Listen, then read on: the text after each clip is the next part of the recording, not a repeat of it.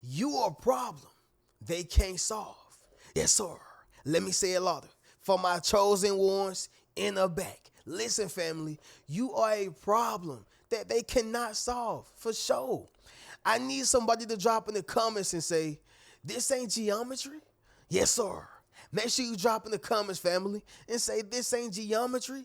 Now, y'all know why I would say that, right? Math, problems, people can't solve it. Anyway, listen, y'all. What I need y'all to understand is that you are a whole problem out here, okay? You are a whole issue. You are a whole situation. And people are trying to figure out what can they do to pull you out of character? What can they give you to pull your guard down? And what can they say to you to get you to show that you can't perform, meet the requirements, or even operate or function the way that you typically would operate or function?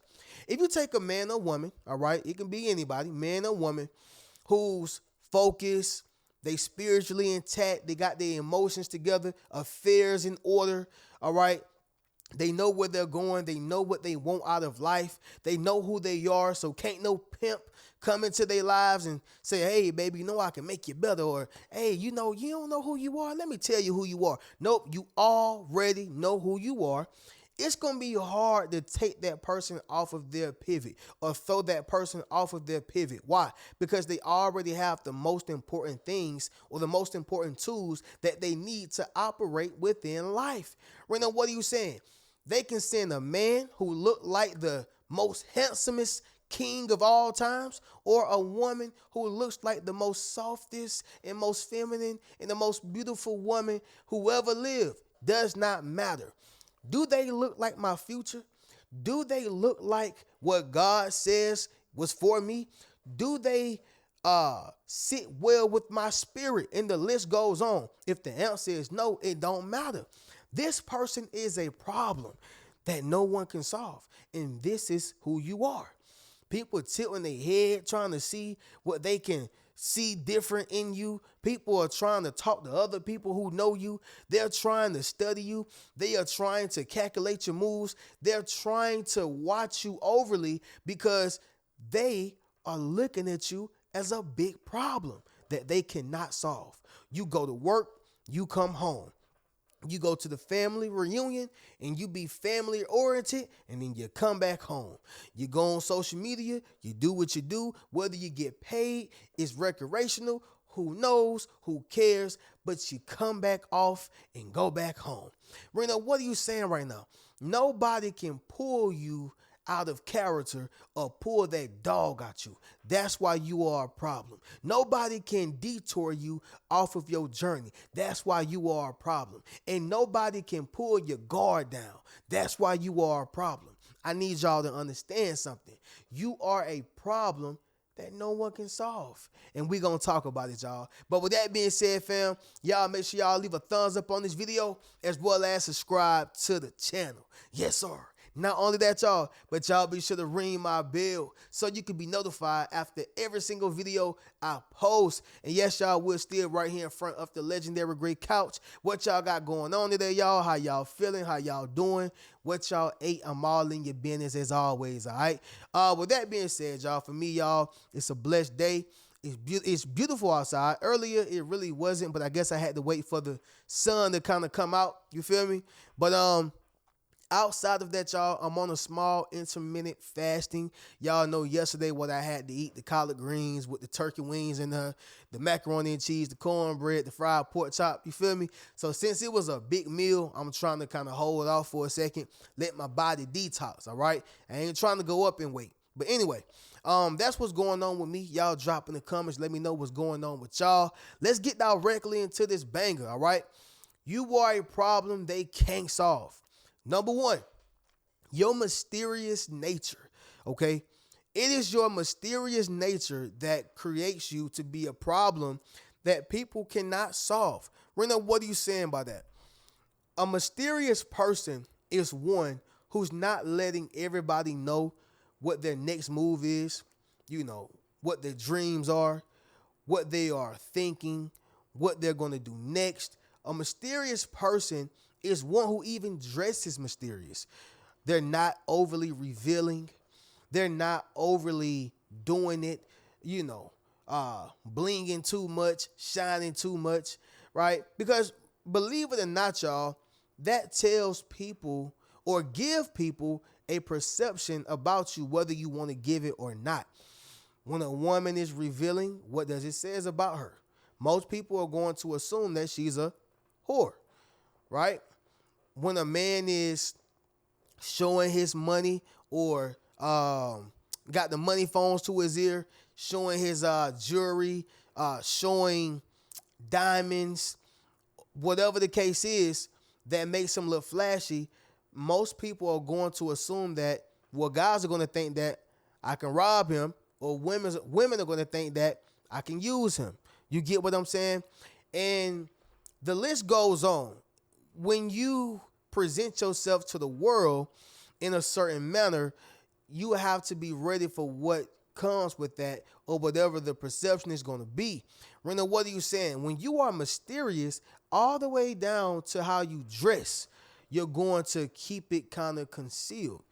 You can still look like one of the freshest men or women on earth while dressing mysterious. It's that mysterious nature. You follow what I'm saying? Maybe you wear your dress a little longer. Maybe you wear certain things that's revealing slightly, all right, but it still makes a man guess. Maybe a man wears a certain type of watch. It may be an expensive watch, but you can't say he got 100 diamonds on, earrings the size of a cheese block, and the list goes on. You know, people are going to say, that man got some money. But he don't have to tell you for you to think that. You think that because of his mysterious nature. The person who doesn't quite share what's on their mind has this same nature. What I'm trying to get y'all to understand is that when you are mysterious, you become a problem to people who are trying to figure you out, those who are trying to gossip about you, those who want to destroy your image, those who are attempting to make you look like a person that you are not. When you are mysterious, they have nothing to go off of. Somebody drop in the comments and say, I'd love to see you try. Yes, sir. Make sure you drop in the comments, family, and say, I'd love to see you try.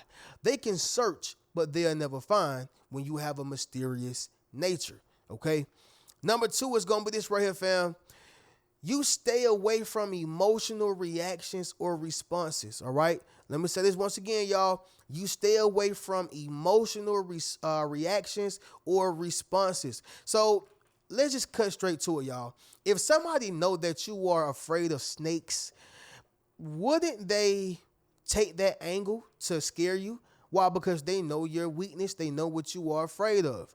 So if this person know that you are afraid of snakes, it wouldn't shock me if they pull up to the party, if they come to your home, or if they mysteriously show up to wherever you are with a python, an anaconda, some type of boa constrictor, whatever the case is, because they know that they're going to get that emotional reaction or response. So when you put this in perspective, when people know that certain things tick you off, don't you think they're going to do that? Because that's going to give them the emotional reaction or response. When you don't give them any emotional reaction or response, they don't know what angle to take. So now they have to guess. But who wants to guess and look stupid? Who wants to guess and look stupid? Not many people. That's why I say you are a problem they can't solve.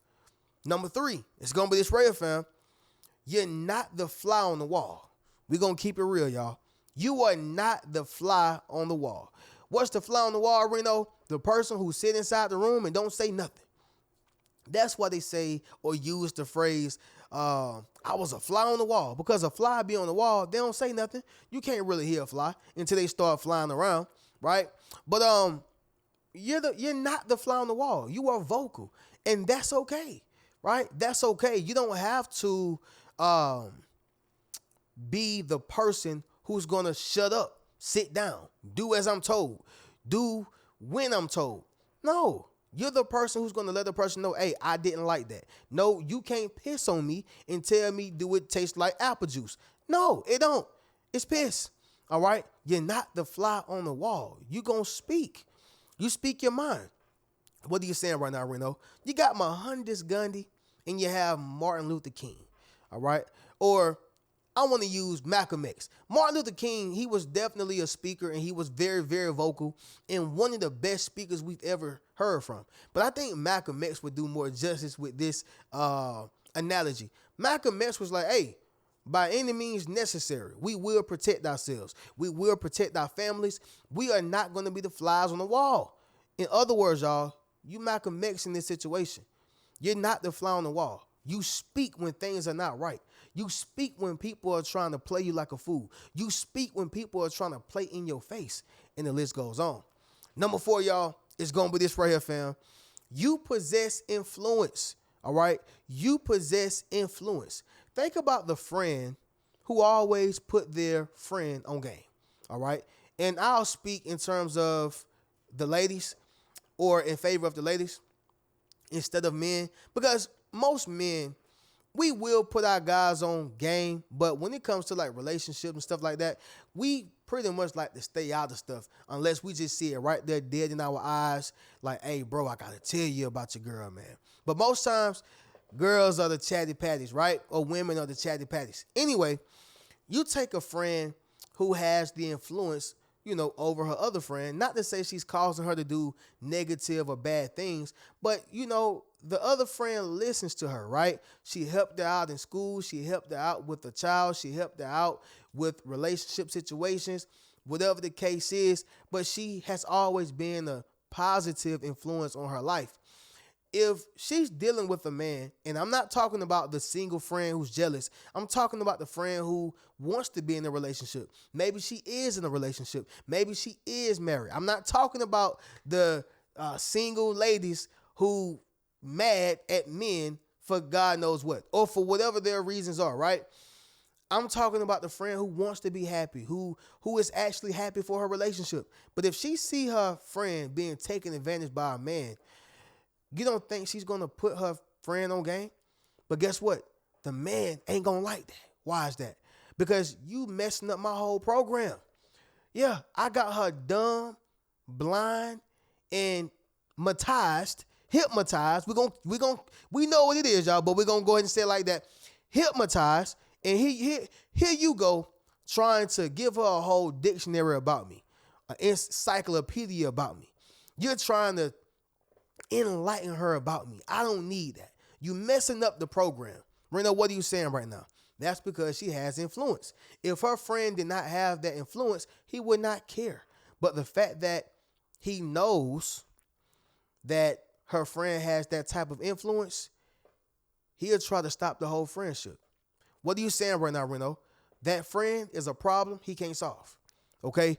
You possess influence. Anybody who possess influence have the ability to change systems, change minds, change infrastructures and programs. Point blank, period. Number 5, y'all, the last thing is going to be this right here. Disruption, okay? Disruption. Family, when you are a person who is a disruptor, people will not like you. Why is that? Because going right back to what I said in number 4, you're changing systems. You're changing directions. You're changing the way things operate in the facility, all right? If you are a person who has discovered a new way to do something on a job, and typically they do it the old, the old ancient way, but you found out a way to get it done more efficient, more faster, more better, more conveniently. Even though it's all those things, they're still going to deny it. Why? Because they do not like disruption. Maybe it's going to cause them to have to buy better equipment. Maybe it's going to cause them to have to change the way something operates. It's disruption. It's the same reason why people hated Jesus. He was a disruptor. When you disrupt things, you're interrupting things, and people get overly mad, pissed off. They're trying to figure out a way to intercept what you're doing so that they can get back to what's going on or how it's been going. Does that make sense, y'all? Drop in the comments and let me know. Disruption is powerful. Somebody drop that down below in the comments as well. Disruption is powerful. The point is, y'all, you are a problem they cannot solve, all right? You a big problem, y'all. It is what it is. But fam, we going to do a recap and then we'll conclude this video. But number one, y'all, is going to be this right here. Your mysterious nature, okay? Number two, you stay away from emotional reactions or responses. Number three, you're not the fly on the wall. You're vocal. Number four, you possess influence. And number five, y'all, disruption, all right? With that being said, fam, y'all be sure to get you a Yes Sir t-shirt, Yes Sir hoodie, book a one-on-one session with your boy. You can check out any one of my books and keep a rich mentality. Peace.